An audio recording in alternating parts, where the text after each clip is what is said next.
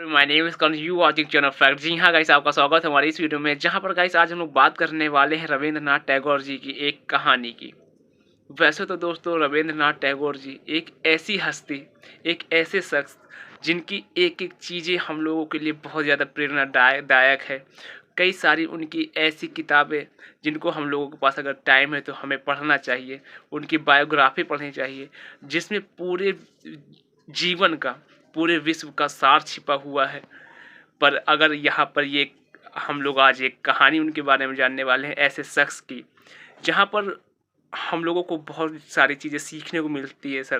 कि अगर आप एक नाम व्यक्ति होता है, एक शख्स होता है जो अपने एक नाम को गाइस यहाँ पर बनाने के लिए पूरा जीवन बिता देता है, पर वो ऐसे शायद से कोई मेहनत करने में चूक कर देता है या कोई और बात, कि वो एक नाम नहीं बना पाता। ऐसी लाइफ यहाँ पर, ऐसी जगह पर उन्होंने अपने कई सारे नाम को बहुत ज़्यादा पूरे विश्व में सुविख्यात किया, अपने पूरे नाम को। तो ऐसे शख्स के बारे में आज हम लोग एक कहानी जानने वाले हैं कि इनकी जो यहाँ पर ये नामों की, जिनके इतने नाम इतने प्रचलित हुए, तो ये कैसे पड़े। कुछ ऐसी ही बातें होने वाली है और उनकी एक छोटी सी इंसिडेंट इसी नाम के ऊपर है, उसको भी आज हम लोग जानने वाले हैं।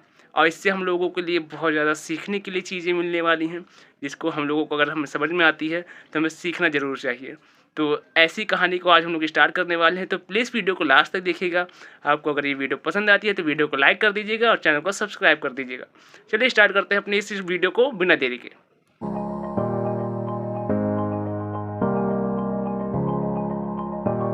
गहन कुसुम कुंज माझे, मृदुल मधुर बंसी बाजे।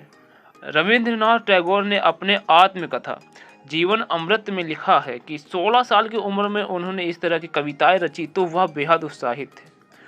उन्हें पता था कि उनके बंगाली समुदाय में इस कविता को नहीं समझा जाएगा, फिर भी उन्होंने ब्रज भाषा में श्री कृष्ण केंद्रित इस तरह की कविताएं लिखना जारी रखा। अब टैगोर के सामने चुनौती थी कि बंगालियों के बीच वो अपने इस तरह के लेखन को किस तरह से पेश करें। टैगोर को एक शरारत सूझी और उन्होंने अपना एक दोस्त को बताया कि ब्रज समाज की लाइब्रेरी में उन्हें भानु सिंह ठाकुर की लिखी एक पांडुलिपि से ये कविताएं मिली है। दोस्त को ये कविताएं इतनी भाई कि उसने टैगोर को इन्हें प्रकाशित करने का सुझाव दिया, क्योंकि उनकी राय में तो ये कविताएं विद्यापीठ और चंडीदास की कवि काव्य कृष्ण काव्य के टक्कर की थी या उससे भी बेहतर। राधा और कृष्ण की किंवदंतियों पर आधारित काव्य परंपरा की ये कविताएं उन्होंने लिखी थी।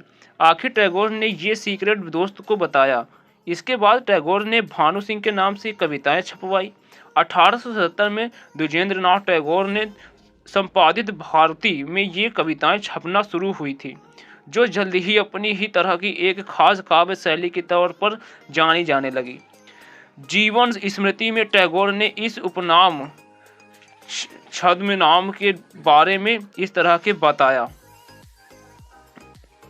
कि थॉमस चैटर्न की कहानी का मुझ पर काफ़ी प्रभाव था। ड्रामे के तत्वों में मैंने मेरा कल्पना को नए पंख देना शुरू किया था और धीरे धीरे ये हुआ कि मैं दूसरा चैटर्न बनने का फैसला मन ही मन ले चुका था। तो ऐसी थी कुछ यहाँ पर रविंद्रनाथ टैगोर जी की कुछ यहाँ पर बातें। और यहाँ पर उसके बाद टैगोर ने कई बार जिक्र किया कि भानु सिंह ठाकुर एक पुराने वैष्णव संत थे, जिन्हें इतिहास ने ठीक तवज्जो नहीं दी। अपने एक निबंध में टैगोर ने भानु सिंह को लेकर काफ़ी बातचीत करने के बाद कहा कि उनके बारे में इतिहास में तथ्य नहीं मिलते हैं। सवाल भी खड़ा किया कि यह कवि कौन था और इसकी क्या कहानी थी। बाद में यह खुलासा हुआ कि रविंद्रनाथ ही भानु सिंह थे और भानु सिंह नाम को कोई पुराना कवि था ही नहीं। इस खुलासे के बाद इस नाम को चुनने के पीछे रवि और भानु का अर्थ सूर्य होना कारण हुआ। संघमित्रा मजूमदार के लेख के मुताबिक टैगोर ने यह भी माना था कि वैष्णव पदावली का उन पर काफ़ी प्रभाव रहा था, जिसके कारण उन्होंने भानु सिंह जैसे नाम और कविता रचने का तरीका अपनाया। इसके अलावा यह पद्मनाम रखने के पीछे चैटर्न का प्रभाव था, जो रॉले के पद्मनाम से लिखते और छपते थे। इसे प्रयोग कहे शरारत, मजाक या कुछ और। टैगोर के इस कारनामे से हुआ ये था कि उस समय कई लोग मानने लगे थे कि भानु सिंह नाम का कोई वैष्णव कवि या संत हुए थे। भानु सिंह पदावली को लेकर कई चर्चाएं होती थी और यहाँ तक कहा गया कि एक वक्त तो टैगोर को भी इस पर विश्वास हो गया था कि भानु सिंह वास्तव में कोई था। यहाँ तक कि एक विद्वान को पीएचडी जिस थीसिस पर मिली उसमें भी भानु सिंह ठाकुर नाम के एक कवि का जिक्र कर दिया गया था। पद्मनाम के बाद उन नामों के बारे में जानिए। गुरुदेव के नाम से टैगोर को जाना जाता है, लेकिन इस नाम के पीछे भी एक छद में कहानी आप तक पहुंच चुकी है, जिस पर कई बार विश्वास किया जा चुका है। अगर पूछा जाए कि टैगोर को गुरुदेव नाम किसने और क्यों दिया, तो आपके पास शायद एक यह किस्सा सुनाने को होगा कि प्रचलित किस्म यही है कि एक कार्यक्रम में टैगोर ने पहली बार मोहनदास करमचंद गांधी को महात्मा कहकर पुकारा, तो यह उपाधि उनके नाम के साथ चस्पा हो गई। टैगोर के इस संबोधन के प्रत्युत्तर में गांधी ने उन्हें गुरुदेव कहा जाता है कि दोनों ने एक दूसरे को पहले बार से संबोधन दिया, जो बेहद प्रचलित हुए।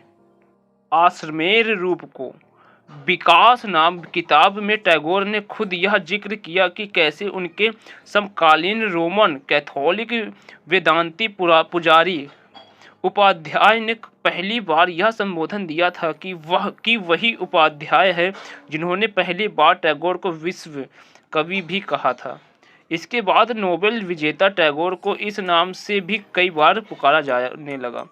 गुरुदेव और विश्व कवि नाम इतने प्रचलित रहे कि इन्हें जोड़कर गुरु नाम भी टैगोर के लिए प्रचलित रहा।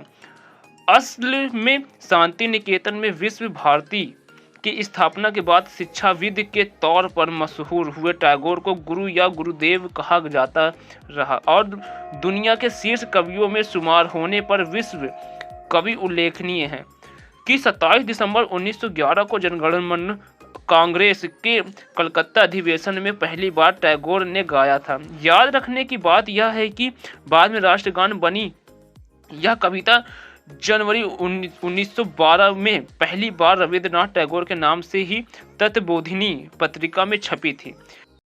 तो हाँ दोस्तों, ये थी रविंद्रनाथ जी की कुछ बातें, एक ऐसी कहानी जिसके बारे में आप सभी को जानना चाहिए। और मैं आशा करता हूँ कि इस वीडियो के माध्यम से आपने इस कहानी का सार समझा होगा। इस कहानी को अच्छे से अपने ऊपर आधारित करने की कोशिश करेंगे। तो आज के लिए इतना ही होगा दोस्तों। टिल देन कीप वॉचिंग, मिलते हैं नेक्स्ट वीडियो में।